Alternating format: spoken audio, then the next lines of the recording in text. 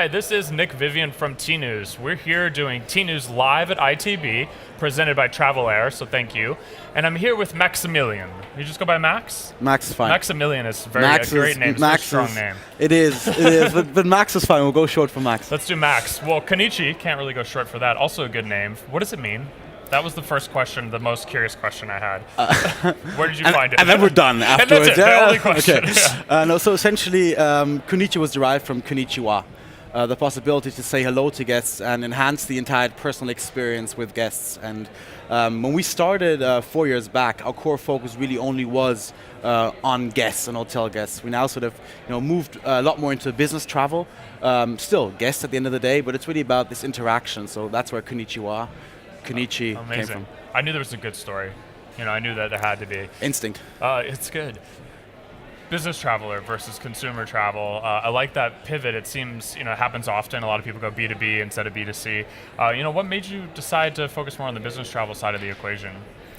So especially if you look at Europe, right, the leisure market is a really complex market. Why? Because per se, Europeans aren't, they're technical and they're innovative, don't get me wrong, but generally the notion and the movement to use a mobile digital technology to enhance a process isn't necessarily there in the same way you'll find in the US.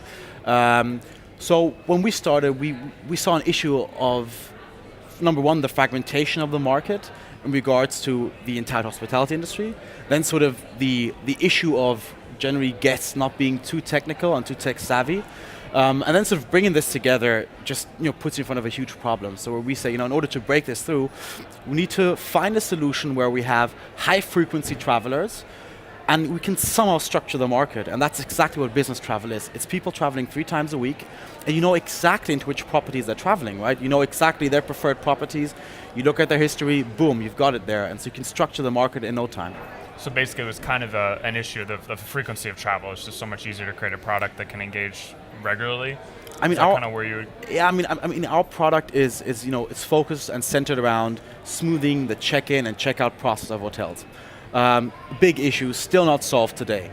And the problem we would have as a company, the leisure market, is this chicken egg problem, right? So you need hotels using the solution, and you need travelers who've got the solution on their phone. And that's just a huge issue. It's something you can't really bridge, almost regardless how much marketing money you throw at this problem.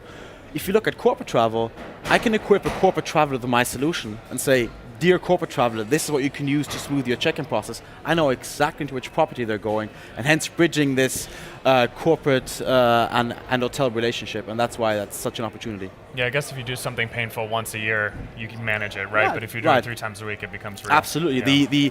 The willingness to jump on a solution which optimizes that process is a lot greater for the 3 times a week travelers compared to those who travel 3 times a year and potentially even think the check-in process is part of the hotel experience. Right. It's like, this is great. This line is fantastic. Exactly. I can look at all the artwork and all this design. Yeah. But everyone else just wants to get through it. Exactly. So tell me about the solution then. So you saw this issue, check-in, check-out. What did you guys create?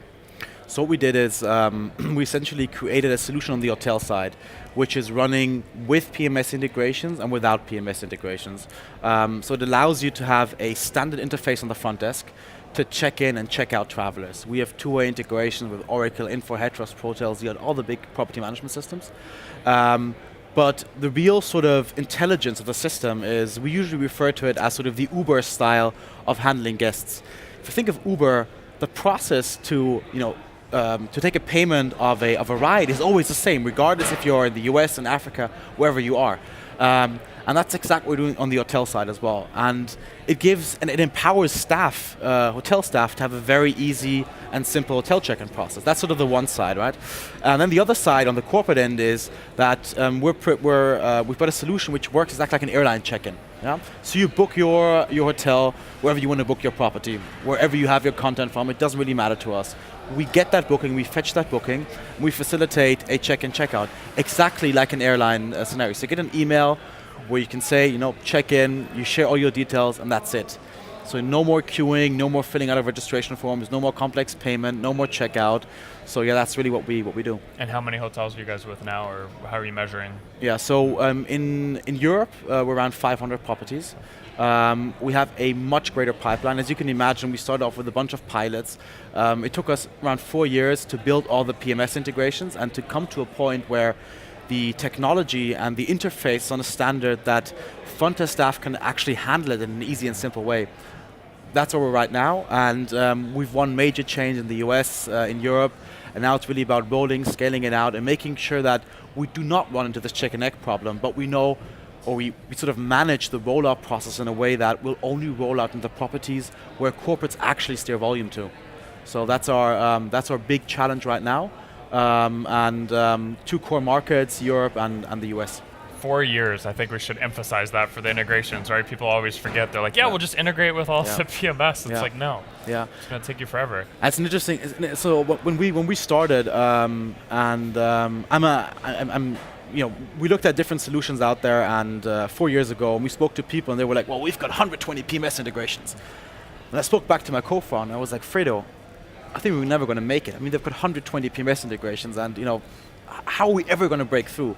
And truth is that probably 90% of the market hasn't even got one PMS integration. What they refer to is an upload and download of arrival lists.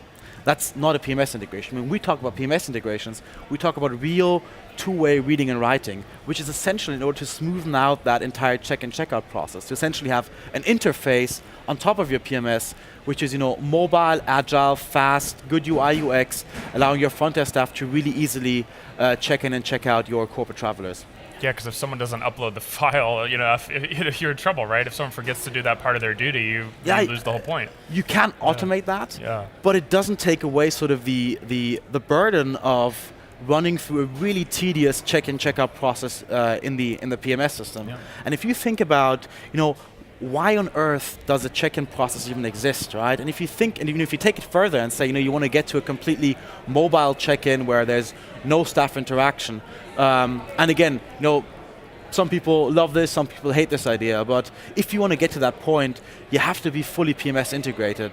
And that has always been our vision, hence we always sort of went down the hard way and said, we'll have to go into a real two-way PMS integration on the hotel side.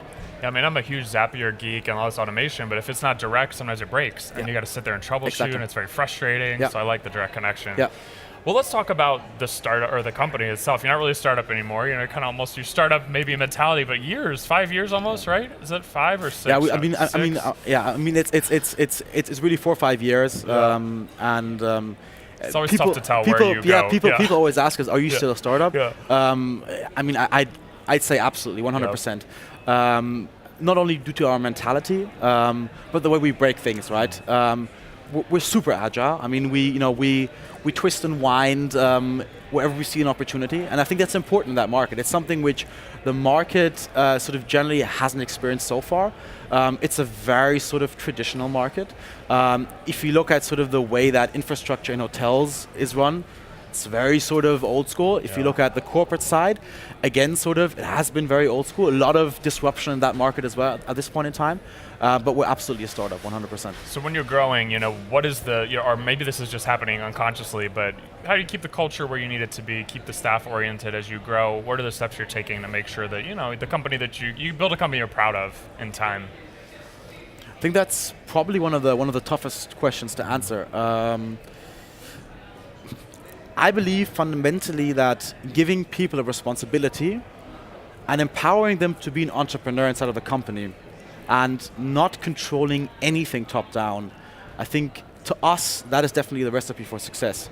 The point where I control the process is the point where I'm assuming that I know the work better than the team does. And that's the point where I have to question myself, why did I hire in the first place? It's this vicious circle going down and down. So, I fundamentally believe in empowering the people to, do whatever they feel is best. Of course, that can cause issues. Of course, that can be problems. At the same time, it opens up.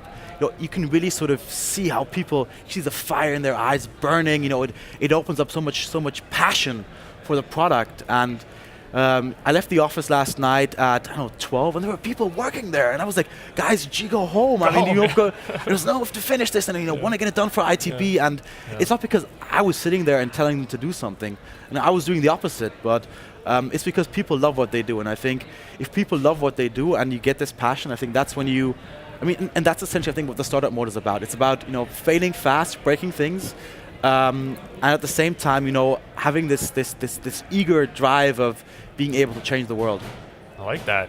It's always ambitious, you got to have that blue sky, Yeah, and it's important to not take that blue sky away, right? And I think I fundamentally believe that I don't believe in people being smarter, someone being smarter than someone else, or I don't think that this exists. There's one thing, and that might be very German, but you have to work harder than everyone else. It's about super hard work.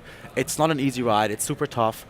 And number two, the higher you dream and the higher you sort of plan to jump, the higher you can actually jump. So I think a blue sky is fundamentally important to actually reach that seemingly sort of impossible goal. Plan for the success, mitigate for failure, and keep going. Yeah.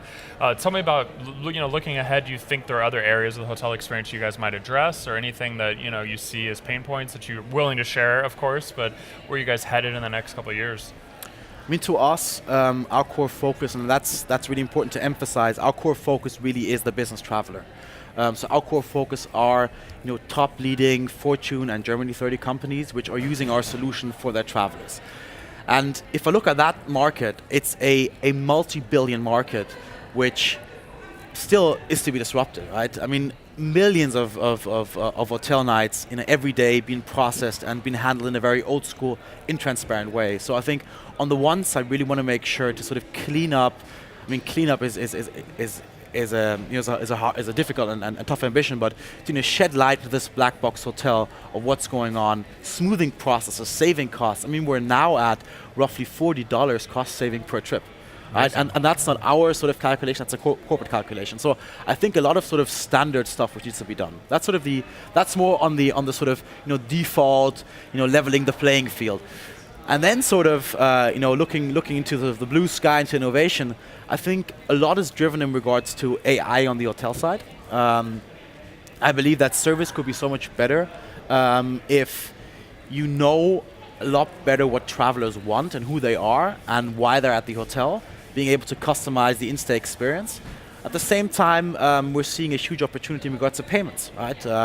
For 4 years, we've been working with blockchain payments to facilitate an easy and simple payment at hotels. Why is it that there is so much money lost within hotel transactions? If you think about a corporate which has 100 million in hotel transactions a year, they're losing, 1.8x% every year on that 100 million volume just due to credit card fees. And there's an existing contract between me as a corporate and you as a hotel. Making sure that you have blockchain distributed ledger technology to facilitate an easy process, that's definitely sort of the future of what we're seeing, especially in regards to business travel in combination with a more personalized in-stay experience. Great. Well, best of luck on that. I'm sure we'll talk again. Absolutely. That's a great way to end the first day of ITB live stream. So for those of you who are watching live, today is the last interview. We'll be back day 2 tomorrow at 11 a.m. Berlin time. For those of you that are watching this on YouTube or elsewhere, there are plenty of other clips in this playlist. So please keep watching.